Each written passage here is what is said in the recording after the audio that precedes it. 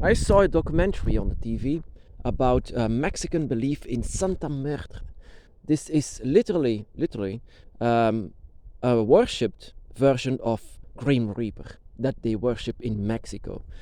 This is basically a skeleton inside of a rope, and yeah, and it's actually very much worshipped in Mexico. Santa Muerte, literally Saint Death. I mean, wow. Okay, I was very interested in the habits of Mexico, because in Mexico there is one of the most famous dragon gods that was worshipped, and that was Quetzalcoatl, the wisest among all. And so I was actually very interested in how Mexico was worshipping deities like this. And to my shock, they actually did a sacrifice. For example, a pigeon, stabbing this pigeon and giving it to Santa Muerte. I said, no, that is not how you do it. That is just the same as these satanic rituals. This is very bad. This is very disgusting even. And you should not do this simply because this is dark. You shouldn't create darkness. Create balance, yes, but not pure darkness. And you cannot give something that is not belonging to you, I said. Is this Santa Muerte really something like this? Then this Santa Muerte is indeed not a very good saint. I mean, if you ask something like this. Is there something like sacrifices in the Dragon's Path? Of course, because I sacrificed myself. Not that I had to die. And that is simply it. You can do sacrifices without death. I mean, no, on the contrary, you have to be alive. You have to stay alive for this.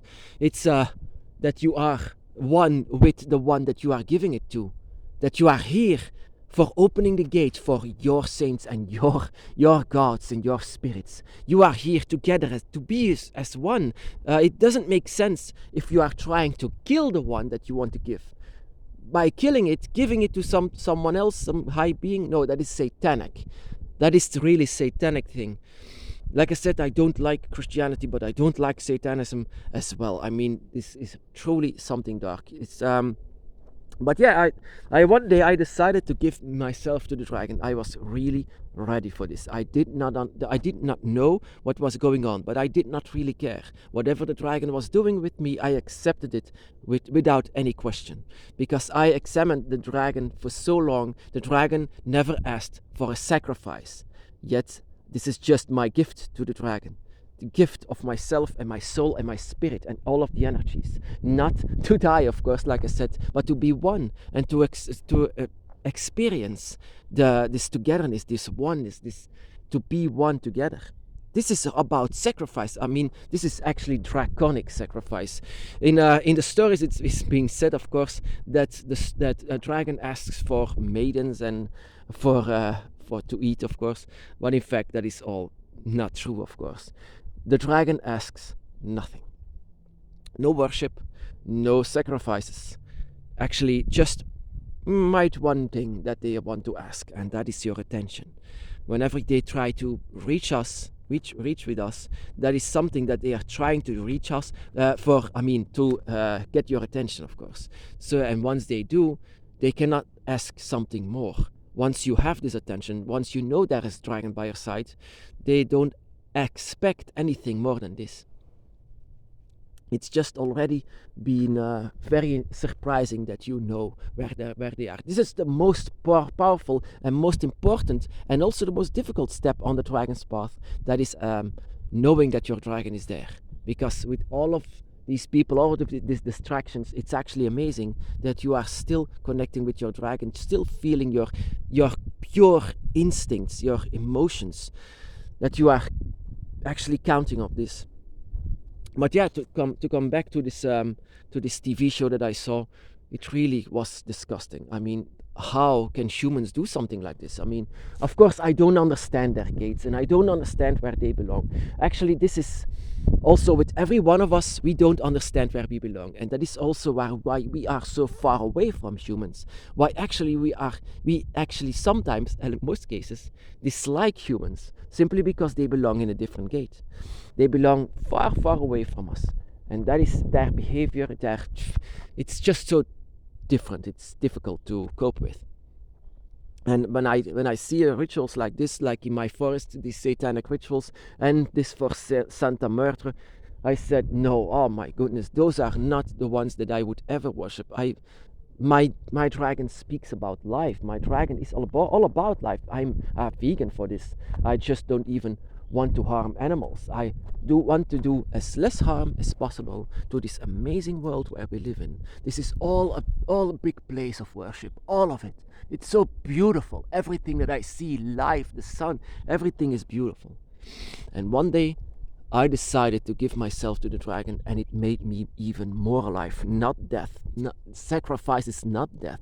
Of course, I gave a little bit of blood to my statue. That is how you do it. You create yourself a dragon altar, and on this dragon altar are items that you really value. That you see the dragon inside of these items. And the longer that you do rituals with your dragon altar, the more it will become more powerful. The items will become alive. And so but I don't understand why some people just see a sacrifice immediately in death. Quetzalcoatl of Mexico did not want this. The wisest of all of them said that you have to sacrifice something of yourself if you wish to. If you wish to give something to the gods, then you just give something of yourself, your own blood, your own spirit. And I remind myself to this. And that is the reason why I gave myself away to the dragon. Now my question actually is to all of you. Are you so bold enough to do the same? Do you trust the dragon the same like I did? Do you trust the dragon completely? That you just surrender to the dragon? Not so that they can do everything with you, of course, but this is pure ceremonial. And to say to the dragon that you completely trust them from inside out, really trust them. That you have found your dragons, you found your gate, and now it's time to do a sacrifice. And how to do so? Lay yourself down and say the words that you have in your own mind. What you feel about the dragon, how you feel about the dragon, what your instinct is saying at that moment. Be a little bit creative and just wait for the dragon. Just let your muscles sleep and just wait for your dragon to come. And just say that your dragon can have you. Your dragon can have you completely. I did it very ceremonial with saying everything it belongs to me belongs to you. My mind, my spirit, everything belongs to you. And that is the sacrifice that I want to make to my dragon. My dragon came. My dragon came just with me that night in front of my altar. But what actually happened was that my dragon, my awakener, came within me, inside of me, and so awakened me even more, even further.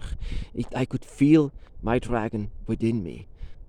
Other people from religions would say possession, but this is not a possession. I still had control, but I could feel my dragon within, here, inside of my body. Very, very powerful moment. And it's actually, because I was meaning it. I meant every single word. This truly was a dragon sacrifice. I mean, a human sacrifice in this case. I sacrificed my humanity. I sacrificed everything that I had. Everything. And I am afraid to die, so I really didn't know what was going on, but it was even more life, more about life. The dragon is about life. I could even much more feel it. So much more that the dragon truly is life. The dragon is one with nature. The dragon is one with every tree and everything that lives. That night, so many years ago, it's actually a long time ago that I did this, but the words that I said were very sincere, and that is something that you shouldn't forget on the dragon's path. If you do something for the dragon, do it sincere, do it truly, do it justice. I mean, but in the end, you have to know how you do it yourself, what your words can be, and if you truly are willing to do a sacrifice for the dragon. Sacrifice of, this is more like a ceremonial way of saying that you have trust in the dragon. You have trust in what they are doing, and that you just want to know more about them and your energy that lives within, and why you are home inside of the dragon's realms. Dragons, I mean, that you will have more questions that will be answered. A sacrifice for the dragon is in fact something that might give you one step further on the dragon's path, one step closer to where the dragons are. Because like I said, I could feel the dragon within. I did not know what was going on, and I could feel the dragon inside of me. Not claiming me, but saying, yeah, okay, now I have carte blanche, like they say here in Belgium. I can do something. I can do something now. And with my blood on my dragon's altar, on my statue, I said, it's all for you. This is my life force. Everything about this is yours.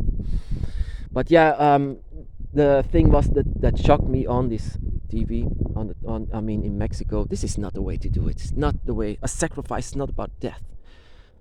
Unless your spirits and gods are truly dark. I mean, really dark. The dragons are not dark, they are grey. They use everything that should be used at that moment.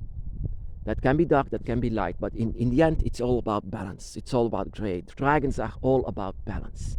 Not dark, not light, but in between. But yeah, Santa Murder, or something like this. It's not something that I will worship any day soon. Because it's not our gate, of course. It's not where we are home. But some people that is why we just distance so much with people. They do not belong where we belong. And that can be something very difficult to live with.